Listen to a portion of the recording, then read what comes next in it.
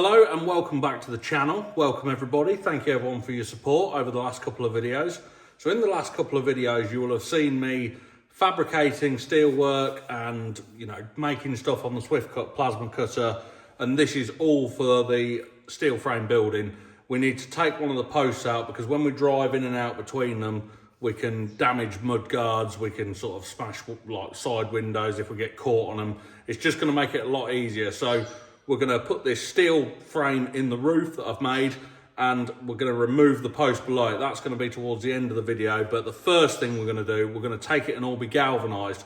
So we're going to go and have a look in the galvanising tanks and show you the process of doing all this. So let's go and have a look.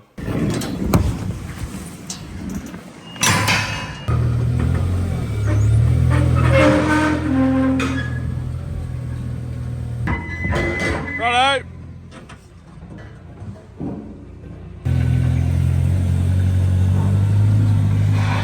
Off it goes in. We're going to weigh it first. It's all going to come out looking like this.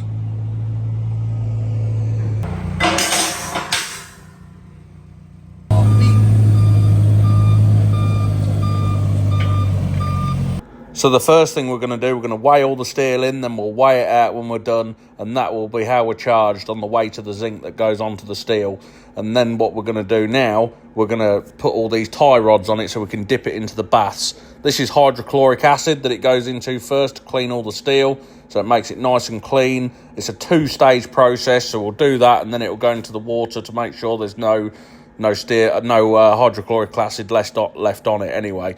The next part, this is the galv tanks. This is the skin on top, or the ash. You want to pull that off to get a nice coat of galvanise. This is my steel here, just coming out the cleaning tanks, and this is the galv tank straight in front of us. So this is heated to about 450 degrees at the moment, and they want to go into here for about 4 or 5 minutes, so we're going to dip them in and then leave it in there for about 4 or 5 minutes for the zinc to adhere to the steel properly. If you remember, I had to drill the holes in the tubes, and we're shutting the doors because obviously in case there is any explosions, because those holes in the tubes are actually there to let the air out so that the expanding air inside anything hollow can't explode. This is now inside on the cameras because obviously the doors are shut, just slowly dipping it in. After a few minutes, we can see we're about getting ready to take it out again now. So we're going to start pulling that ash off again, so when it comes out, we get a nice clean finish on the galv. And here it comes out now. These are my 2 bits of structural steel, looking really, really good. Wind bracing coming out to the right-hand side. And then if you look to the very back, you can see my dad's little pedestrian hang gate that we made, if you were watching the last couple of videos. And then all the brackets as well that I made just there to the left. And then once this has come out of here, it's going to go into the tank behind us, which is it's a bit like a sealer to seal it, make it real tidy. So it's going to seal it and make it look nice. So as soon as that's out, we're going to let it cool down, and then we're going to get it loaded back onto the trailer, and hopefully we're going to take it back and get it all fitted straight into the roof, and hopefully it's going to work.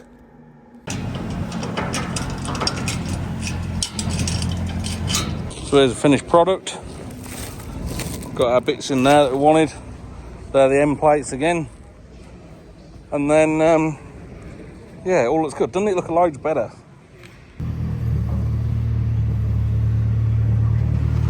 Yeah, look a lot better. I think if I had the choice now of building a shed, I'd always get it galvanised because it just lasts forever then.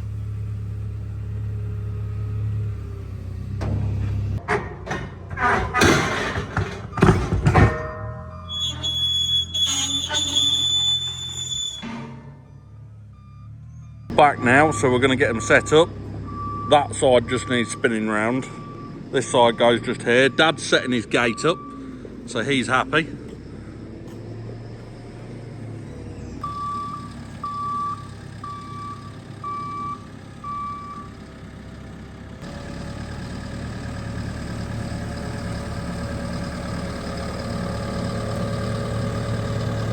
So this is the gate. That's all done now. Dad's just set it all up. Just got to drill a hole just in there for that pin. So that pin will go. That pin will go there like that, but I haven't done that yet. So that's it's not bad, is it?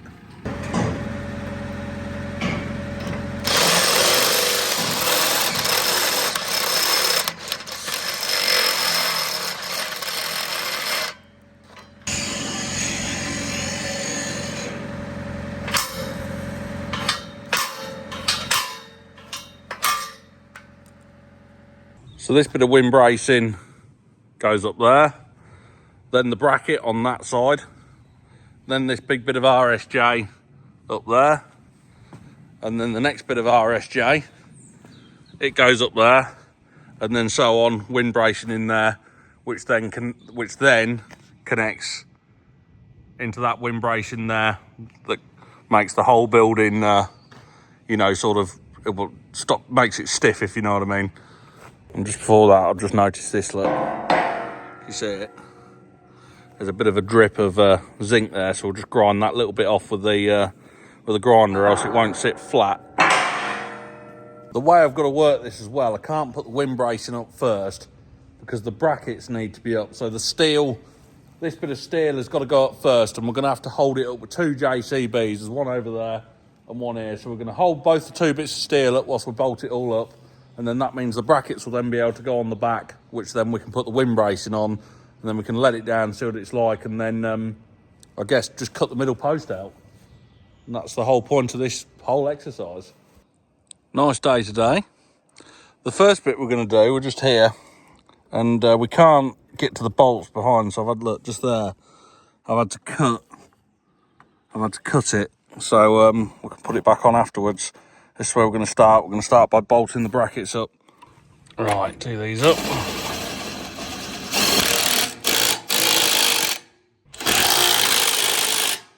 Right, on to the next one.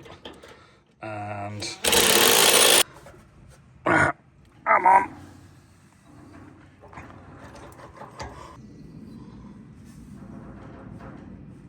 So that's up there now. We're just waiting for Dad to so we can drive both these JCBs, but he's just loading the lorry at the moment. Load of barley going out. So we'll just wait for him, which gives us a bit of time to talk about the galvanising.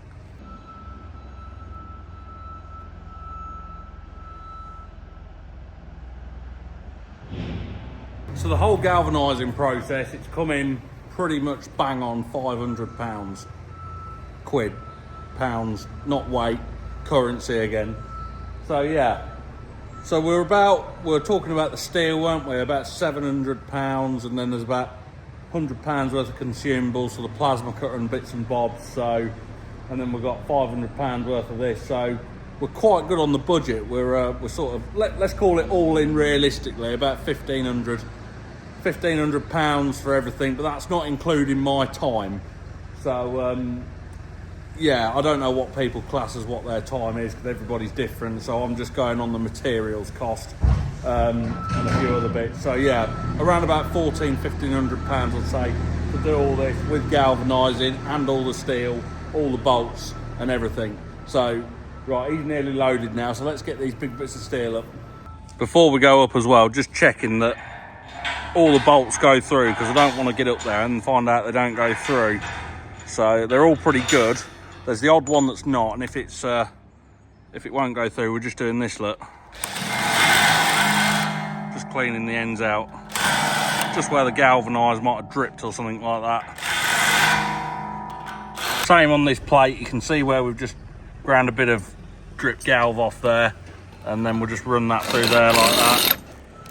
Just make sure they're cleaned out, and then the bolts definitely fit all in like that. You can see, look, there's a little bit of a drip there, look, so we'll just screw that off.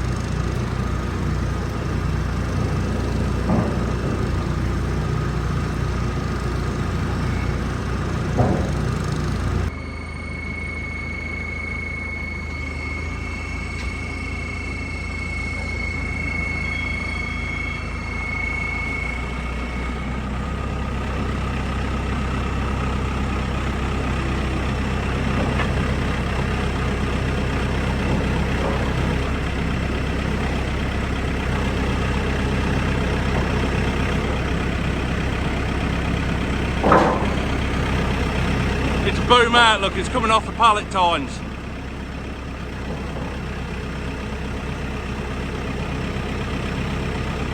I don't think that's going to work, look. JCB's going to touch the roof. So the problem we've encountered is the headstock's a lot higher on the JCB, so it's going to hit the roof because it's up so high. But I've got an idea. We're going to get the fertiliser bag lifter on round this side with the JCB and then lift it up the last bit, and you'll see how that'll work in a minute.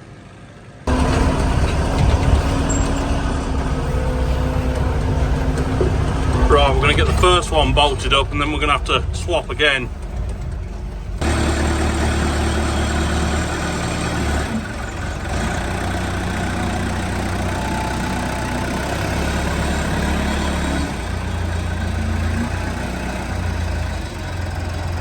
And then we'll be able to let the other one down, hopefully.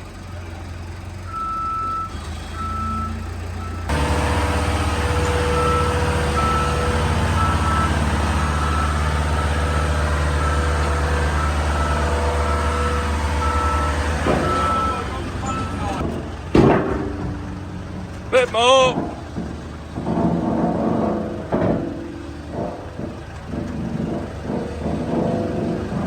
Very tight, but that's a good thing. Should nearly be lined up now. Just gonna put a prodding bar in and pull it out of the way.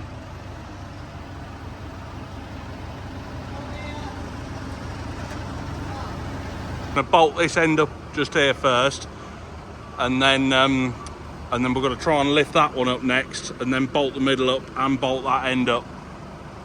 Now swapping this one, get a bit higher with this, and then I want the other JCB onto the other steel as we bolt it up. Right, now that JCB here's got this. That one now is going to come round here and lift this one up so we can bolt it all together in the middle.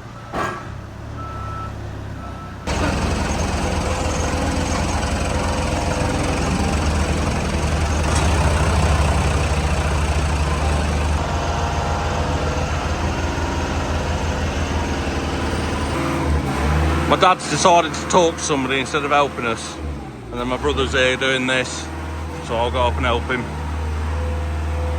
But that's what it's going to look like.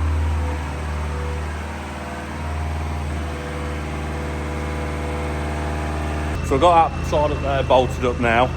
But the only problem is there's a 5mm gap at the top, and for bolting those two bits of steel in the middle together. And that's because where the posts go up, they sort of like, there might be a 5mm or 10mm deficiency. So what I've done, I've just cut some spacer plates and we're going to wedge them in between it. But you see, I couldn't make the steel any longer anyway, because at the bottom it fits. So if I'd have made it any longer, we wouldn't have been able to get it in the web at the bottom and lifted it up. So that's why I've just cut these spacer plates out. So I'm going to go cut some spacer plates that we can wedge up behind. So let's go do that.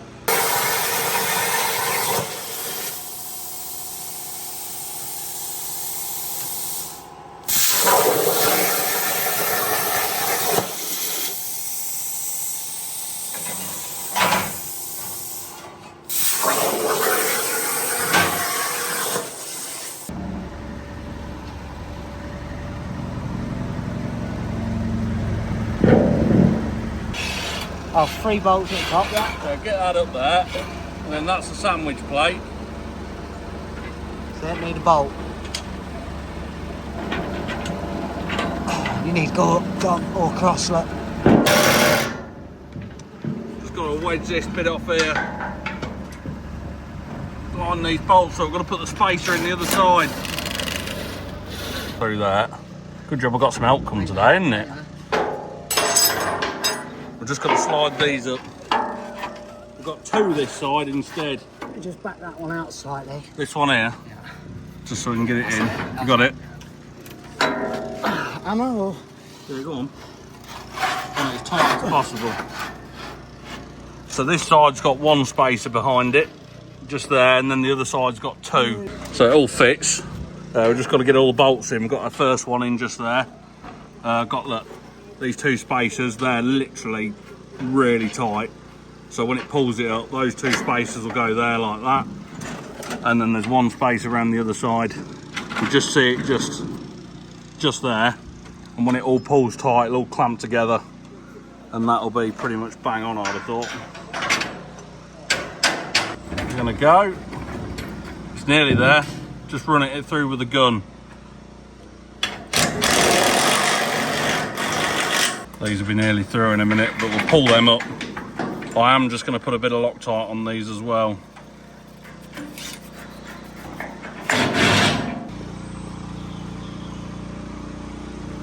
I don't know why sheds never use locking nuts. Literally none of the sheds I've ever been on have ever used locking nuts. Bit odd really. Made a mistake, haven't I? Forgot the washers. Just take them off, put the washers on.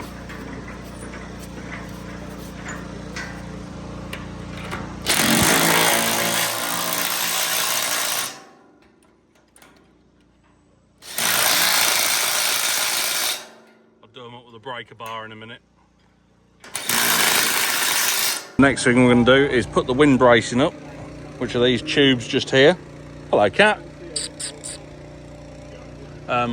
We'll get them in there. They won't take 5 minutes to put in. You can now see the end plates that we did. Just missing a bolt. I'm going to put that bolt in a minute. So that's it all bolted in now before it's about to rain again, look. We just had to nick the other JCB because there's another lorry here now getting loaded. So we'll go up and have a quick look before we take this post out, because that is going to be, well, in the next 5 minutes. Well, as soon as he's finished loading this lorry, and then we'll go and do it. So they're bolted on there. I've just got to put the other tube in there at some point, but I haven't got around to that yet. And then these are the back plates, look, that sandwich the steel together, and then connected to the top of that is that wind bracing. And then if we come round here, all bolted in.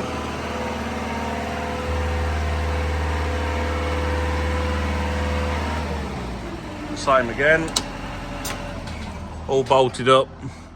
Those sandwich plates, I've pulled that literally tight up, look.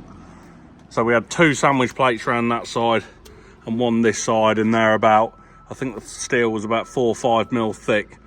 So it's pulled it all tight so that you can feel that's good. So what we're going to do now, we're going to cut this post off just here, and that's going to act as a bit of a crossroads, look. 2 steels going that way, this is going to be in the middle, and then that bit there and that bit there, and then we'll have to cut it at the bottom as well and hope the steel, we can get it out.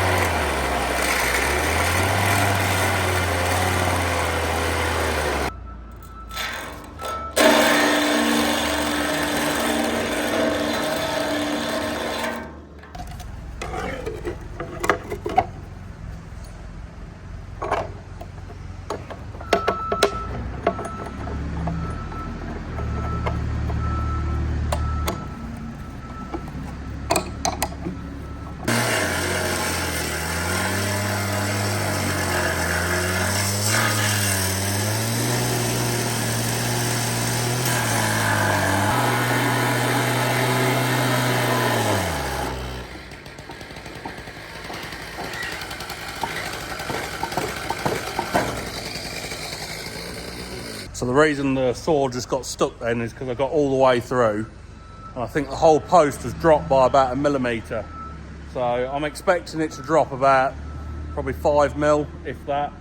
So that's the bottom all the way cut through now. So I'm going to cut the top, and hopefully the post will just fall out. So he says.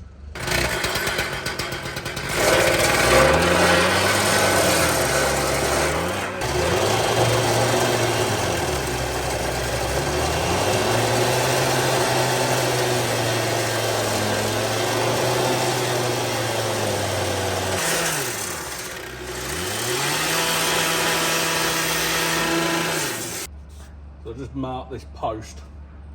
But it's hard work holding this steel saw. But nearly there, chop through there, chop through the middle, and that's the job done, hopefully.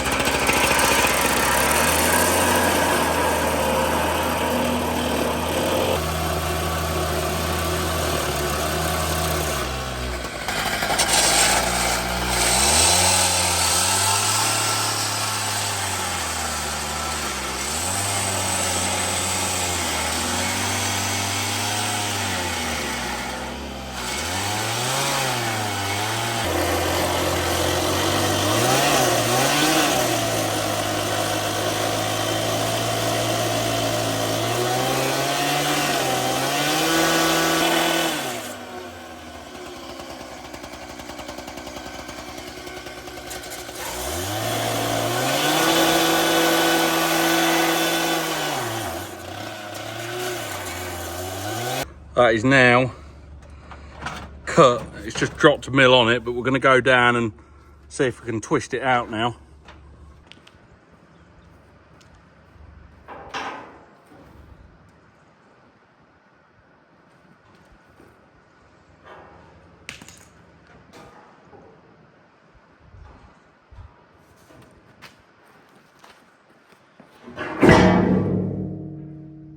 Hooray! So it's worked. We've just got to cut the RSJ off at the floor now and tidy up, and I think we're about there. So this next bit, we've got the bolts. It's held down by 4 bolts. And I'm just going to run the saw through and just cut the bolts in half, and then I should be able to just shove that post off for the JCB and then just cut the other bits off. I've put this bucket behind me because I've got to cut it at that angle, and all the sparks are going to go over there. You can see there's a shed full of straw, so I don't really want to set that on fire. So I'm hopefully going to just aim them into the bucket.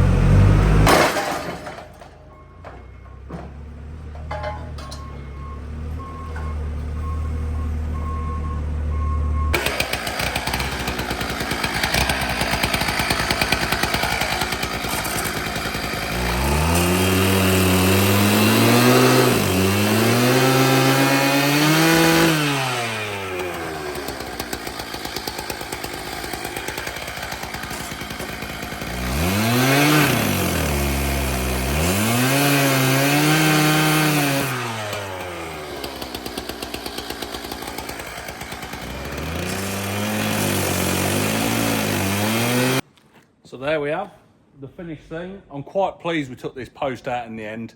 We were going to take this post out just over here, that one there, but then as my dad rightly said, that gate wouldn't be able to swing round to it, and if we'd have taken that post out over there, that gate over there, it wouldn't have been able to swing around to that one. So this has been absolutely perfect doing this. Worked really well. What do you think in the comments to what we've done? Let me know, and we'll see you in the next project. Thank you all for watching. We'll see you all soon.